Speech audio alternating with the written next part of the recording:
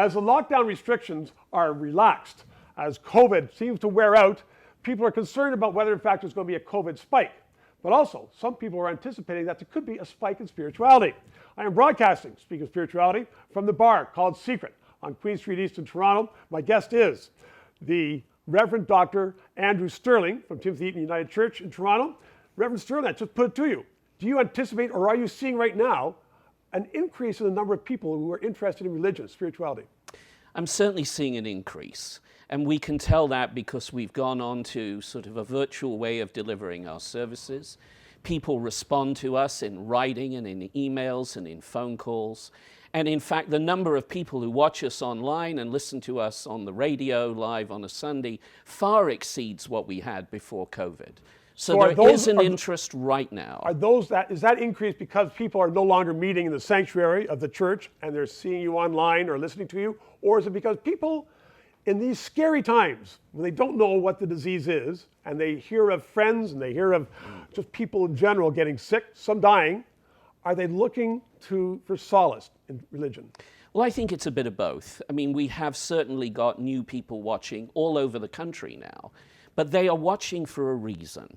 Yes. And the reason they're watching is what you're intimating, and that is that there is a concern, there is a desire to connect with a greater source of security, a greater power, and a greater comfort. And if they're not getting it in intimate relationships by being able to meet with people, and they suffer from loneliness or despair, there is a solace, really, in being able to go online and to be able to hear something that speaks of something transcendent or different. Now, you've been conducting services online, on radio, and is it as rewarding or is it as giving to a recipient as, of course, being in the sanctuary listening to you? No. I mean, you simply can't copy the fellowship. You can't copy the intimacy of relationships. There isn't the spiritual energy of being there with people. But what it has done is, in a sense, broadened the appeal so more people have access to it.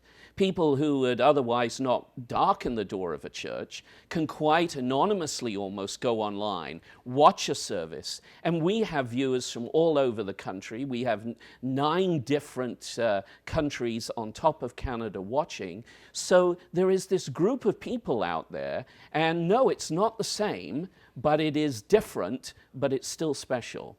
Reverend Sterling, do you anticipate when it's all open and released that you're going to have people come to your church and say, I've never met you, but I've listened to you the last few weeks? Yeah. You could be a star on that. Well, there might be, but I think we have to be realistic. We don't know who our congregation is right now. They are a virtual congregation. We know our own, and I'm sure they'll want to come back. But we don't know who we don't know, Stephen. Yeah. That's true. That's deep. 3 minutes. Thank you very much. Thank you for watching.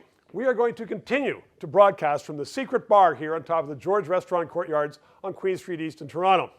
In these days, where politicians are spending a lot of your money, Parliament's not sitting, it's important to have an independent news source. That's what we are doing. We hope you subscribe.